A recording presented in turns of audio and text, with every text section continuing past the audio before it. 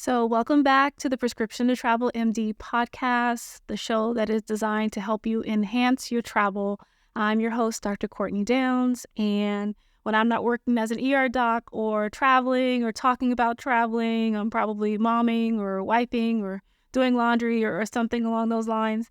And if you're a busy healthcare professional and you have a significant other, you know how important it is to make sure that you're making time for that other person and also putting into that relationship. And so I think it's very easy to kind of let that part of your life slip away and fall to the wayside and not give it the attention that it deserves. And so who better to talk with us today about all those things and kind of point us in the right direction than Dr. Alexandra Stockwell. Dr. Stockwell is a physician. She's an intimacy coach. She's a marriage expert.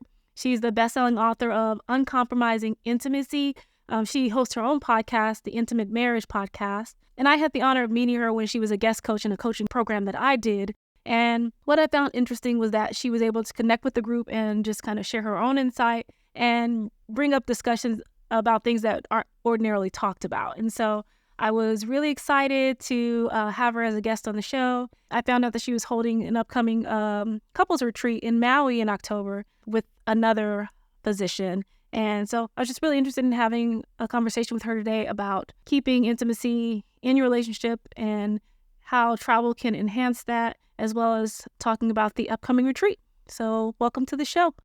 Thank you so much. Actually, the place that I'd like to just go right into based on all the lovely things that you just said is how marriage can not fall to the wayside. That isn't exactly the image I want to use, but that it doesn't get the attention it deserves. Although I think you said the other person, and I'm going to say our marriage is the thing that doesn't get attention. And I think it's invaluable to understand how we get to that, because with most important things in life, if we don't have attention on them, if we're not actively cultivating them, giving them the attention and care that they need, they give us feedback, and usually quickly. Like if we are not attending to our children, we can't just be kind of in la-la land about that. They start crying, they start throwing things, they start making a fuss.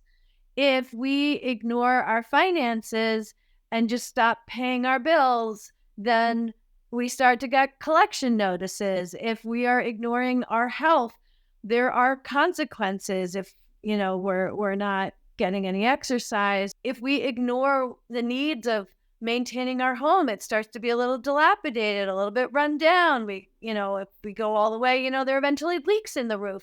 The point is that with most of the things that matter in life, if we don't put attention on them, sooner or later, and typically sooner, we get some kind of feedback, not the same day, but soon enough that wakes us up and gets us, takes our head to focus on what's in front of us. And the thing is that as human beings, and especially as highly educated, successful people, specifically doctors, we can tolerate a great deal of what doesn't really nourish us, what doesn't really work for us, what doesn't have us come alive and feel connected in our marriages. We can tolerate that for so long.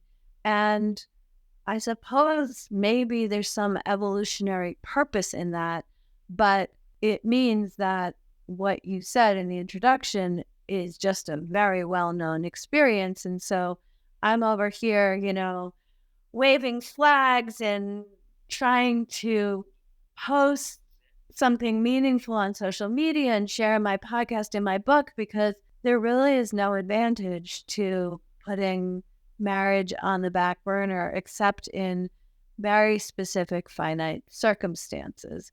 And I'd be interested to hear what you think, but I think travel can be sort of similar. It's very easy to go years and years without traveling, but in that we don't activate a part of ourselves which, when activated, is fantastic, and when dormant is just really making life have less color.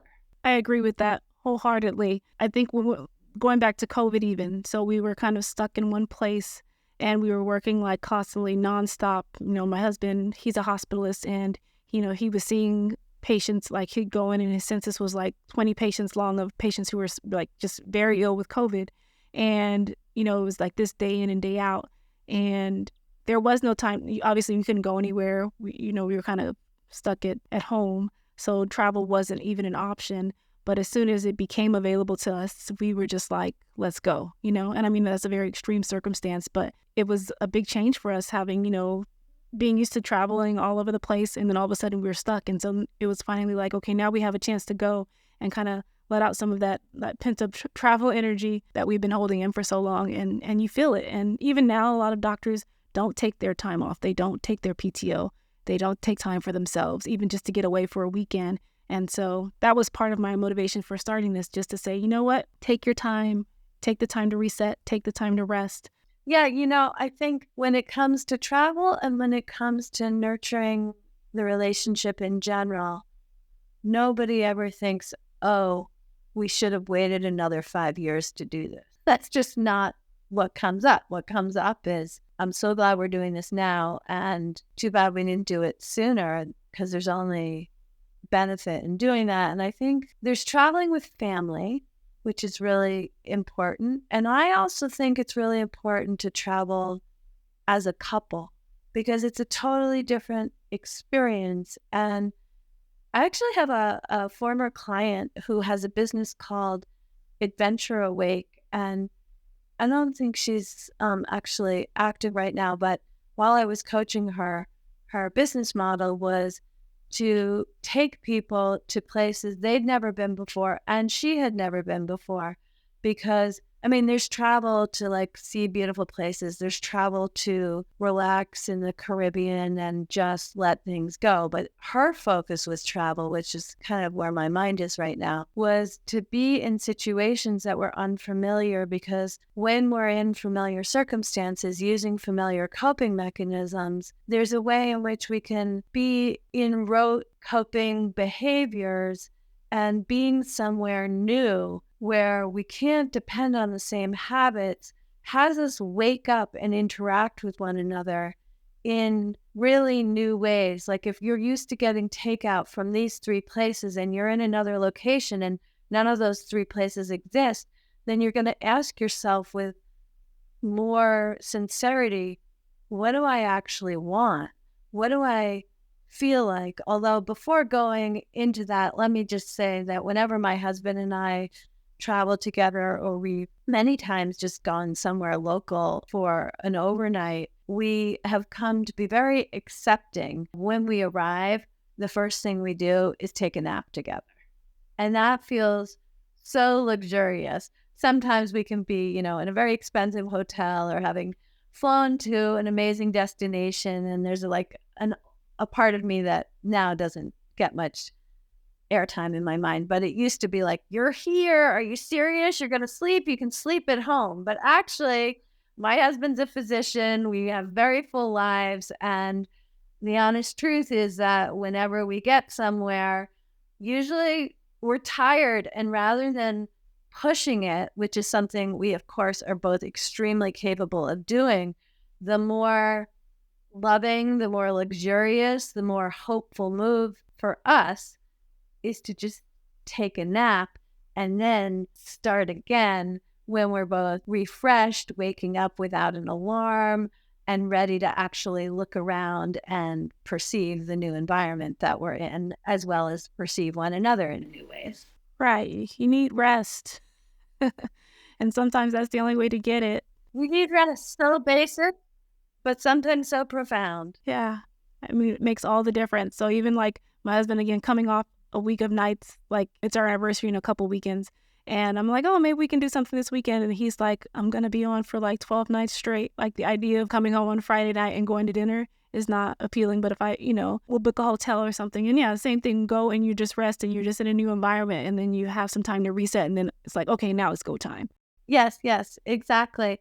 And I think one of the keys, I was just interviewed yesterday about this. Someone saying, life is so busy with all of the different responsibilities. This person was asking the question in a very personal way of me, because we have 4 children. We've been married for 28 years. And, how do we make time to really be with one another. And sure, it's about romance and intimacy, but also just literally having attention for one another.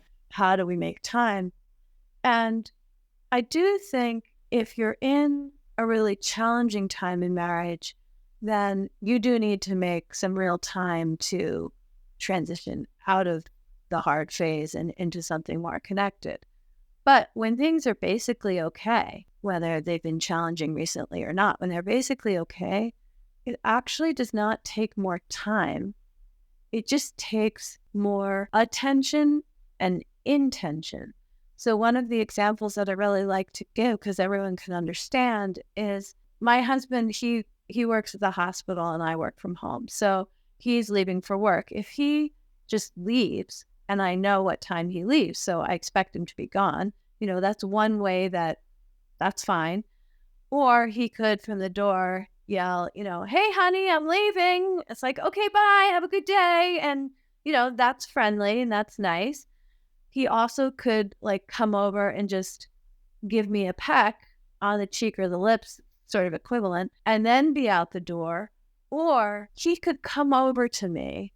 I might be in the middle of making breakfast or whatever. I can stop what I'm doing. He can, instead of what used to happen is, it's like his body hadn't left the house, but his mind had already left the house. He was thinking of his patients, what he's going to do when he gets there, his to-do list. But no, instead, if he comes over and is present and I stop what I'm doing and I'm present, it literally can take 2 seconds, which is obviously not a lot of time, for us to drop in and have a really meaningful embrace or kiss on the lips that has us feel connected. And maybe there's a little bit of a spark, or maybe it's not super erotic, but there's an intimacy to it. It doesn't take more time, but then when he comes home at the end of the day, it feels completely different. If we've done the fourth of those scenarios, it feels like reconnecting. It feels like our relationship is the thrill line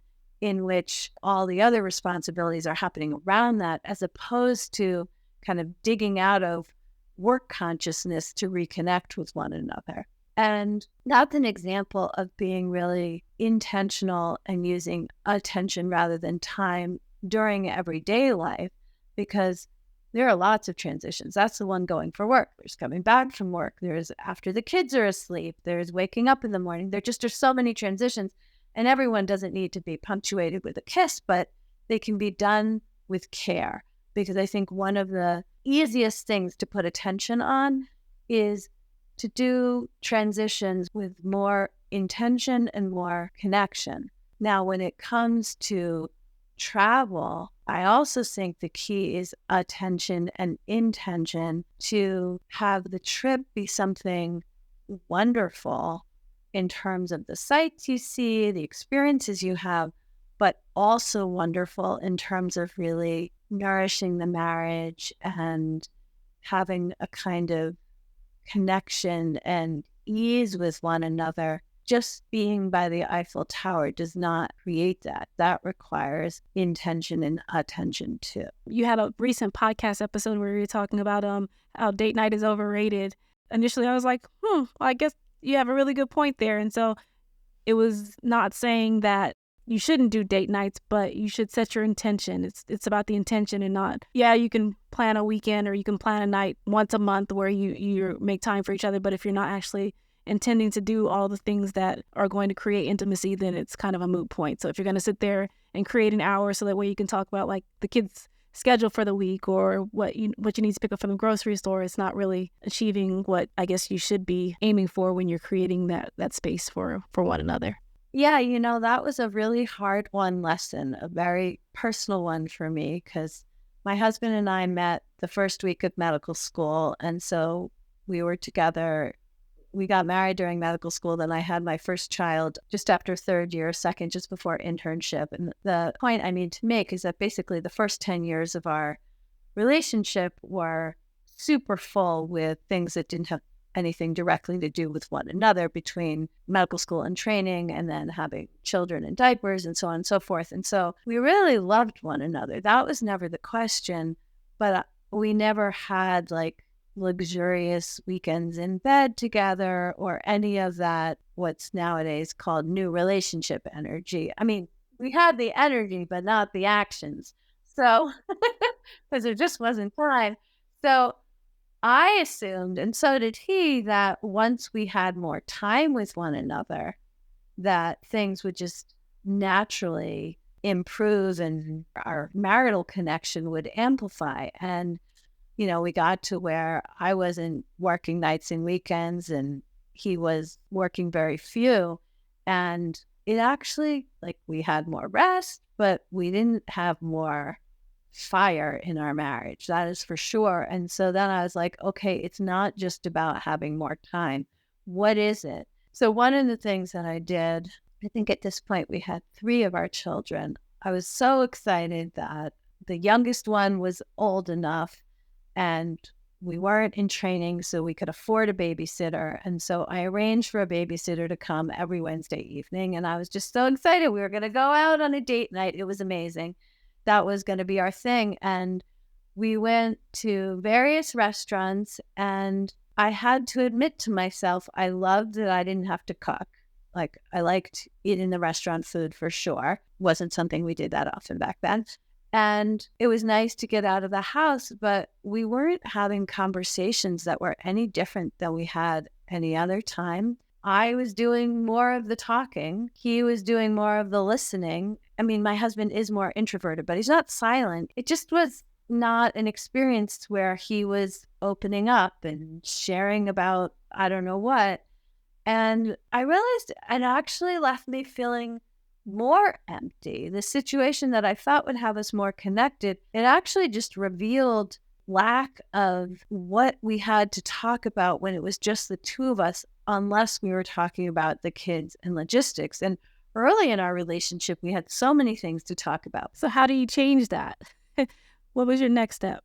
Yeah, that's a really good question. So, I want to speak to 2 situations. One is when things are just like, okay, it's what I call the toleration relationship. I think in our country and certainly in medicine, but not only in medicine, we have an epidemic of toleration relationships where we just learn to tolerate, learn to be okay with all kinds of things. It is fundamentally dehydrated and relatively bland. And actually, before I say what to do about it, which I definitely will say, I'm a big fan of action and resolution and improvement. But I just want to lay one more piece before I answer your last question. And that is to point out that far and away, the most common relationship advice that is given throughout the Western world is that if you want a great relationship, if you want a good marriage, you have to be good at compromise. If you want to be happy, you have to be good at compromising. That is the way to have a great, long-lasting relationship. And that is just completely wrong.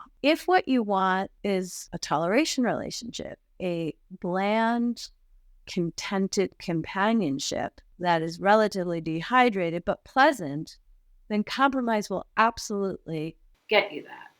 But if what you want is fulfillment and passion and erotic aliveness and nourishing gratification and growth with one another and continually feeling enthusiasm for yourself and one another, well, then uncompromising intimacy is the way to get there. That's the name of my book. That is one of the things I'm most passionate about, uncompromising intimacy. And by uncompromising, I don't mean that you always get your own way. I don't mean that sense of no compromise. What I mean is that compromise fundamentally in marriage is withholding what you desire, what your internal experience is, what your challenges are, withholding that, not expressing it so that your partner is more comfortable. And so when I talk about uncompromising intimacy, I'm really talking about being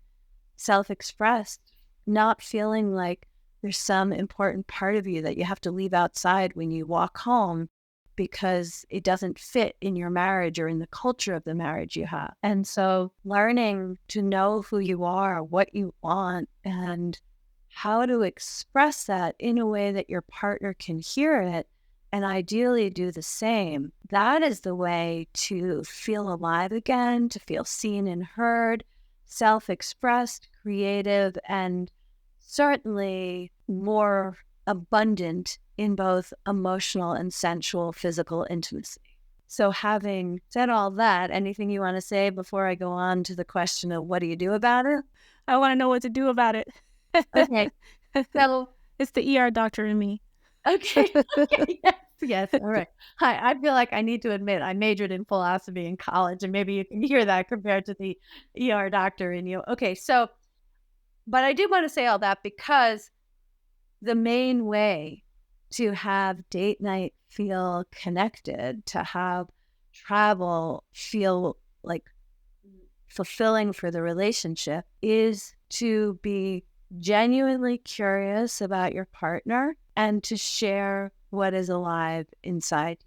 Now, that sounds simple, but I want to say more about how to actually do it because actually, in this moment, I'm reminded of a client. He was actually like an aeronautics engineer and sort of, I don't know if he was diagnosed or not, but kind of along the spectrum of being autistic, super smart.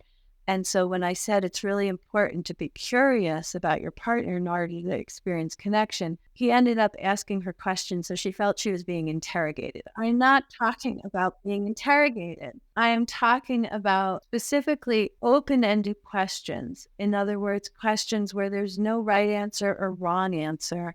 It's more just to get to know the other person.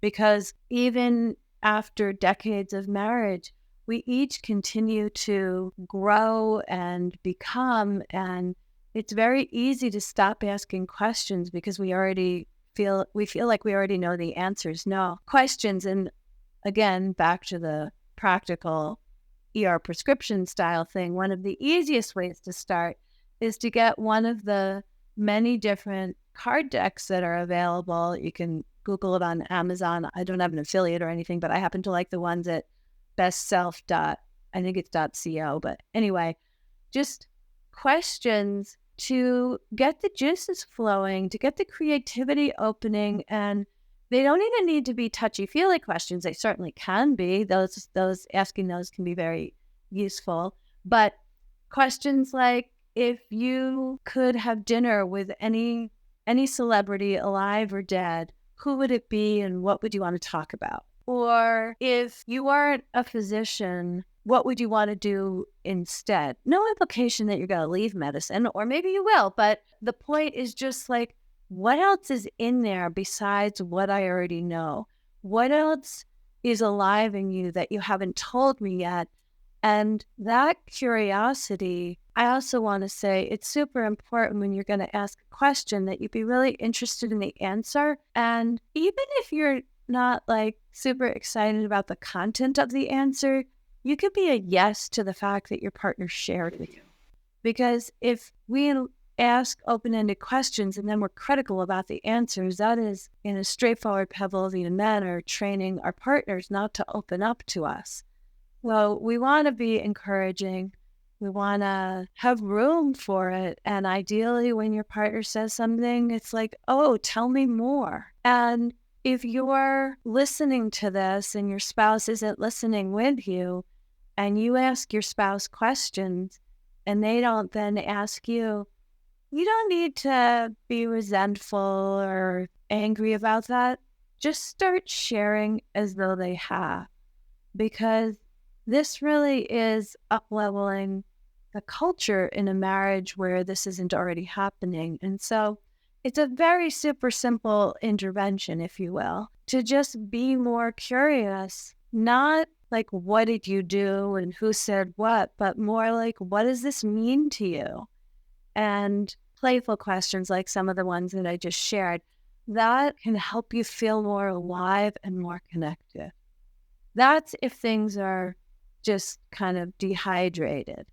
Obviously, going through a question deck is not going to help when there's real disconnection or problems in the marriage, but when things are basically okay and you just want to go, from black and white to technicolor, this actually is a very simple way that does work. And I once gave a talk about how to improve communication in marriage.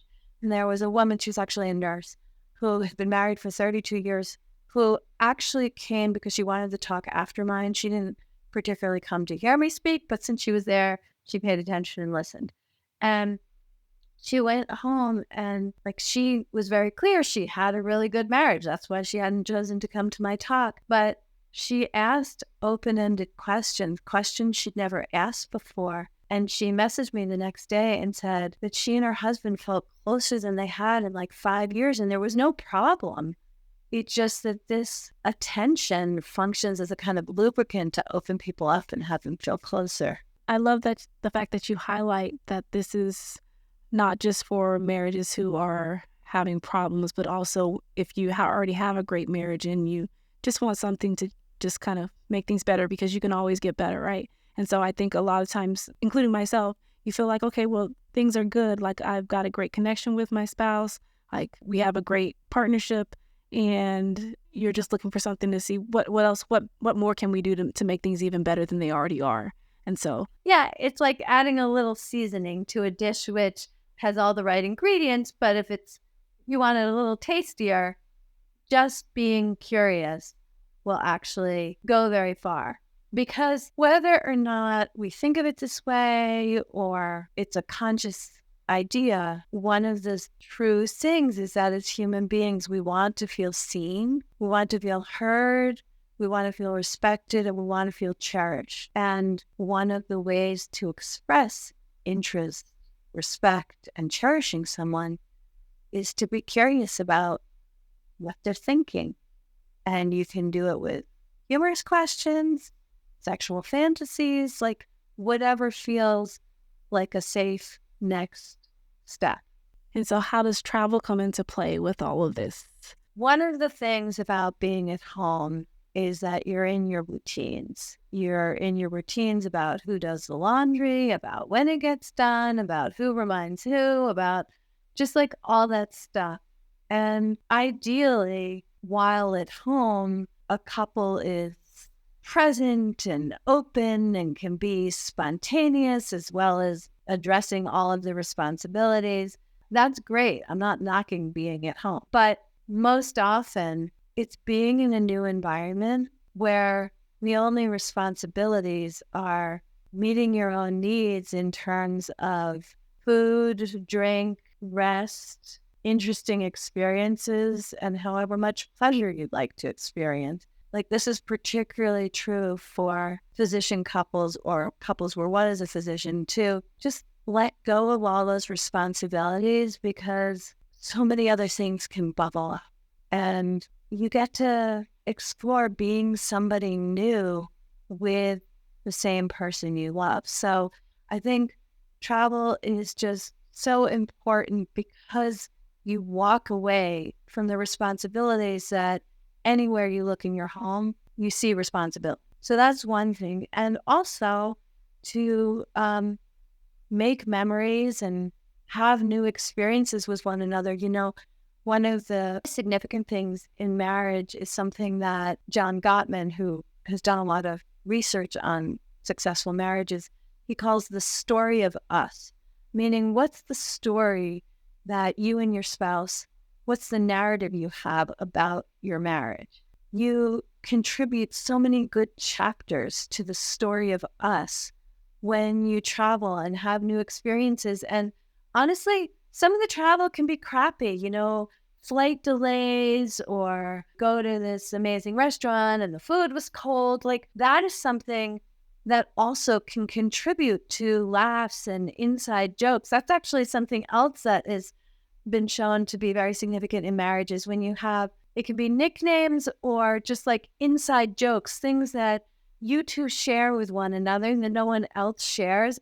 Travel, you are filling your coffers with experiences that only the two of you have. You can be in some other situation in the future and look at one another and remember when we were on that cruise on the Danube and that violinist came over, and sharing that with someone goes so deep in amplifying the quality of the connection.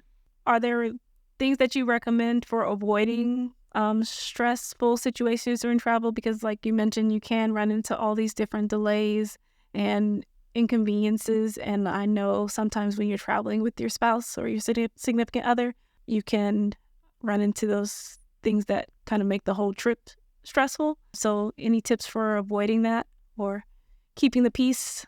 Yeah, so I'm gonna reiterate intention and attention, but apply it to the question you asked. I think it's really ideal for a couple before going on a trip. And honestly, I think this is true if it's just the two of them or if the whole family goes, to make a point of spending some time discussing intentions. What are your intentions for this trip? Is this a trip that is, I don't know, to practice speaking Spanish? Is this to just be able to rest and get away in a beautiful location and let go of the pandemic trials and tribulations? Is this a time to, you really want to explore the cuisine? In other words, I think ideally you have some intentions that have to do with the location where you'll be and intentions that have to do specifically with your relationship, which will be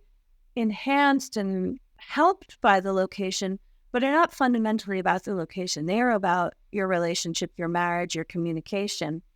And as long as your intentions blend harmoniously, you don't even have to have the same intentions, but knowing what one another's intentions are means that when things arise, you can lean in and make it happen rather than leaving it all to chance.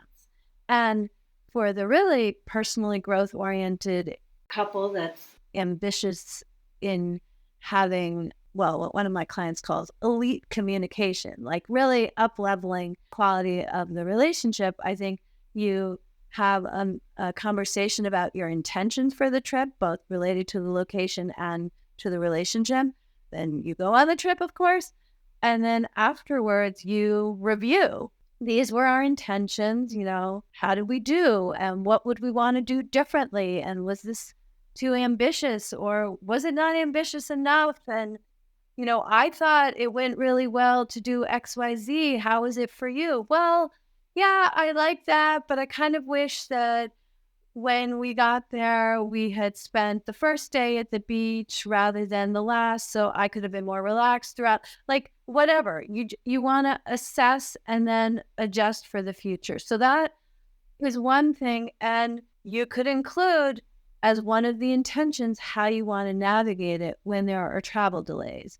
Do we want to get pissy with one another? Do we want to make a point of watching a comedy in the airport so that we can just handle our nervous systems? If we're with the kids, do we want to take turns? One of us gets a break and the other one is like, whatever. It's going to depend on the individuals in the family, but have one of your intentions be your response to things outside your control, which is inherently a part of travel.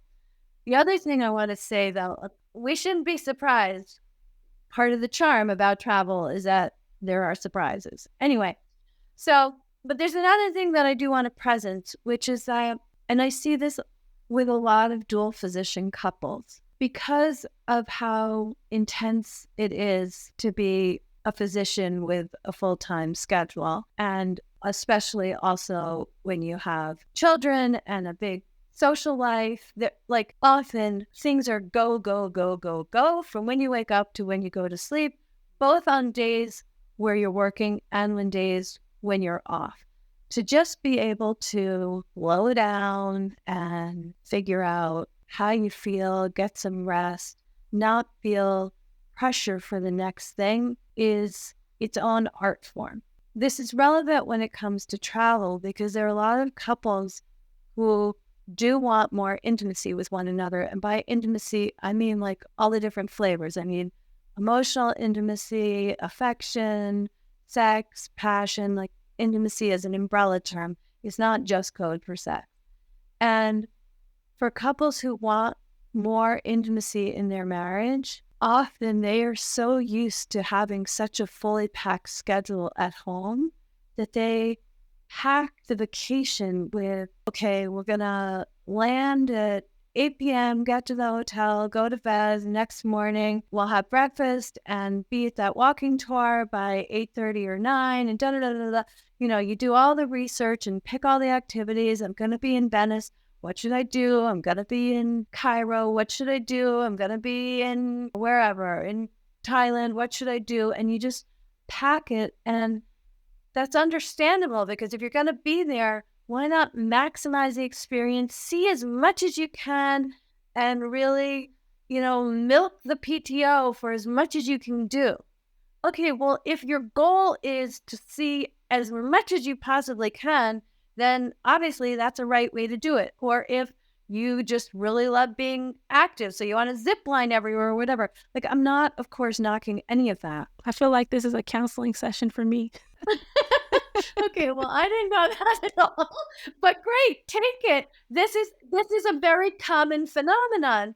And especially for couples who like to be physically active too, where, there's so many activities wherever you're going to travel. And that is great. As I say, I'm not knocking that at all. No, my husband will appreciate you telling me all this. Because that is not how intimacy grows. Intimacy does not grow on the run. Intimacy does not grow with, come on, we're going to be late. Intimacy grows standing on the street corner, taking the time because there's someone playing music and you can meander, you can basically experience more with your senses. What does it smell like? You're listening to the cellist on, I don't know, in Krakow, like whatever it is. And yeah, we could go to dinner now, or let's just sit here and let our feet be in the water and watch the boats and the birds go by. Like, I'm not saying it needs to be boring. I wouldn't want to convey that, but maybe a better way to say this is that as humans, we are creatures of doing and creatures of being.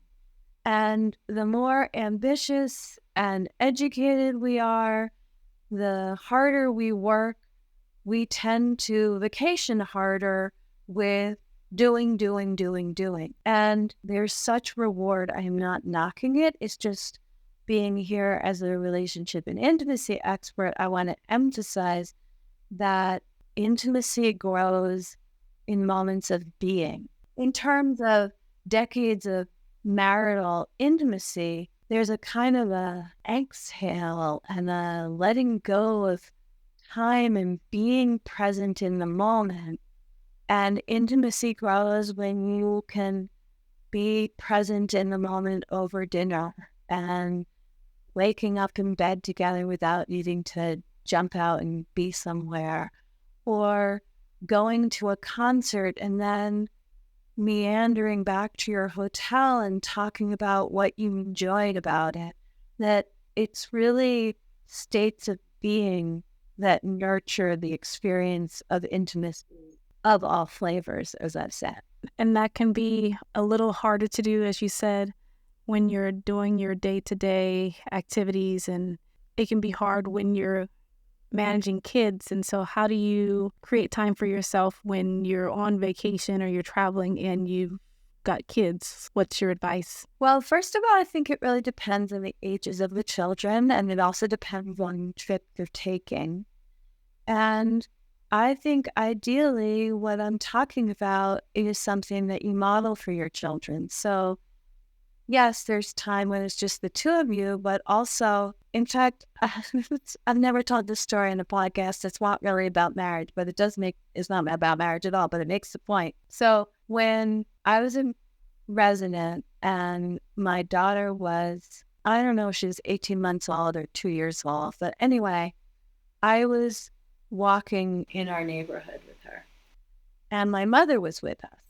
And when I was walking with her, my daughter would every so often just sit down on the curb and pick up a stick and move the pebbles on the road around, or she'd stand for a while and look at a flower. In other words, she was in her being. And my mother made this comment which surprised me so much because I was just doing what came naturally to me in that moment. But she just turned to me and said, "Alexandra, this is amazing. She said, when you were that age, I would have just taken your hand and kept pulling you because we were going for a walk. And so we should be walking during the half hour we had. I never just sat down with you like that. I found that really profound because I have had to teach myself this. This is not something, there's no point, but I could just tell you story after story of incredible experience that I might have had, but instead I was too focused on getting everything done. Even when my daughter was born, those first 6 weeks, I was so focused on writing thank you notes in a timely fashion for all the people who gave us gifts that I missed times to just sit in awe of my beautiful, peaceful new baby. So your answer about how to navigate that with family, first of all, is to have spaciousness in the day. And second of all, not to flip a switch and go from go, go, go to we're not doing anything today. No, that will be a failed experiment. But to build in more buffer time between activities to say, what did you enjoy about that? And what was your favorite part? Or I don't know, again, it'll depend on the family culture, but not to feel pressure to actually accomplish something in every given moment. Like I personally think something very helpful for future marriage in the context of this conversation is children learning to be bored and then finding their way from the inside rather than being handed the iPad and having lots of entertainment from the outside. That the capacity to just be with how you feel, whatever the feeling is, and notice it and be open to be with somebody else with that kind of presence. Like we all crave that, even though it's not that interesting in and of itself. Yep, I think it's very much needed. So rest, set your intention, and just really just slow down, I think is what I'm taking away from all this. Yes, beautiful. And the only thing I'll add is titrate. Don't go from 0 to 100, or probably the better way to say it is 100 to 0. In fact, I'm not even a fan of 0.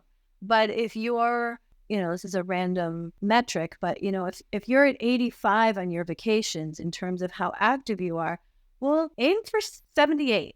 Aim for 75, just like you can titrate it into a new normal, because having a fantastic relationship is a learnable skill, and learning to be present in these ways is also a learnable skill, and it takes practice and intention. So you're going to be teaching some of these things at your retreat that's coming up this month, actually. Yeah, actually, when we're recording, it's I'm getting on the plane in 2 days, and no, I'm not actually going to be teaching any of this. I am going to be modeling it, embodying it, inviting it. So it's with Dr. Kate Mangona. She and I are co-leading the retreat, and so which is called Honeymoon 2.0. In fact, maybe we can include the link in the show notes if anyone is interested in coming to an upcoming retreat. We've already started our wait list, and people on the wait list will get a better deal and first come, first serve for the when we open up the next retreat.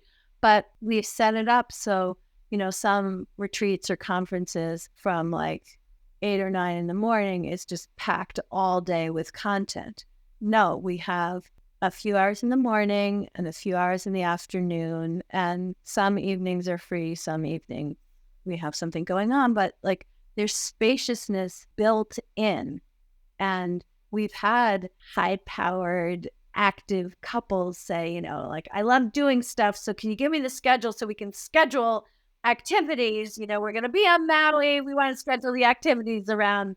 It's like, well, I suggest you schedule them before we start on Monday afternoon and after we end on Friday at noon, because this is not like cram in CME stuff. This is an intimacy retreat for couples, and a lot of what we've just talked about will just be in place. What did you say? So you said it's Monday through Friday? It's Monday through Friday, although our next retreat will be a long weekend called Power Couples Getaway in Dallas. That'll be in the spring. But this is Honeymoon 2.0 in Maui, and the way the content is organized is basically we'll have a workshop in the morning on communication and a workshop in the afternoon on intimacy, with lots of time to practice on their own. And I heard talk about a bike ride through the clouds, so I know there are other things up your sleeves.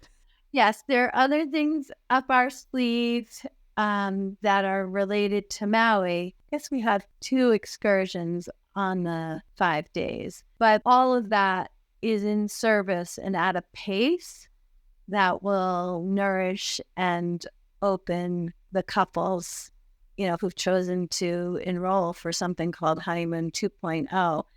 On the first day, one of the things I'm going to talk about is erotic love languages. How many couples are you guys expecting? We have 8, which is 8 out of 8 spots. That 16 people, and it's the first retreat.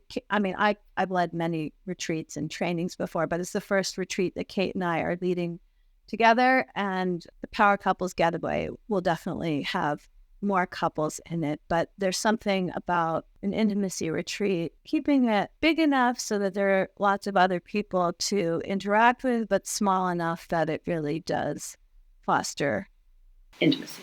And where is it being held at? At the Four Seasons in Maui. So it definitely is a luxury retreat with all the ease and relaxation and amenities and service that feels like a honeymoon, that really is a genuine intermission from the intensities of daily life. So anyone who's attending can expect that they're going to have luxurious accommodations and with a few excursions, but not a jam-packed schedule. So that way there is time for intimacy, there is time for interacting with other couples, but also lots of time to just be with your spouse and to just be in the moment and to try on a new hat and maybe practice some of the things that Dr. Stockwell has talked about during this discussion. And then the retreat that's going to be this spring, you said, is going to be in Dallas. In Dallas, it'll be a Friday, Saturday, and Sunday. We're negotiating with the hotels right now, so I'm not 100% sure which date yet. It's a shorter experience, but really perfect for the power couple that just wants to put attention on the marriage in order to up-level without actually taking a whole week away. Okay. And this is one that you're co-hosting with Kate as well? Yes, that's right. Okay. Good deal. So once we have some more information about that, I'm sure you'll be able to find it in the Facebook group, and she'll have it on her website. And where can people find you if they want to know more about you and all of your upcoming events and even coaching? Thank you. AlexandraStockwell.com. That's my website, AlexandraStockwell.com. And from there, you can find links to my book, Uncompromising Intimacy, my podcast, the Intimate Marriage Podcast. I'm pretty active on most social media platforms. And if you're interested in coaching with me, you could certainly fill out the coaching application on my website. And I welcome DMs, whether it's through communicating through the form on my website or on social media. If you are motivated to make your marriage better and more and extraordinary, I have the tools and all the enthusiasm to help do so. So I welcome anyone to reach out if you're interested. Awesome. Well, I think you guys are going to have an incredible weekend, and I think anyone who has the opportunity to work with you is going to be just amazed by the changes that come about. So I'm really excited to hear how things go. And thank you again for being here on the podcast to talk with everyone. And hopefully, again, this will help enhance their relationships as well as enhance their travel experiences going forward. Beautiful. Thank you so much for the opportunity.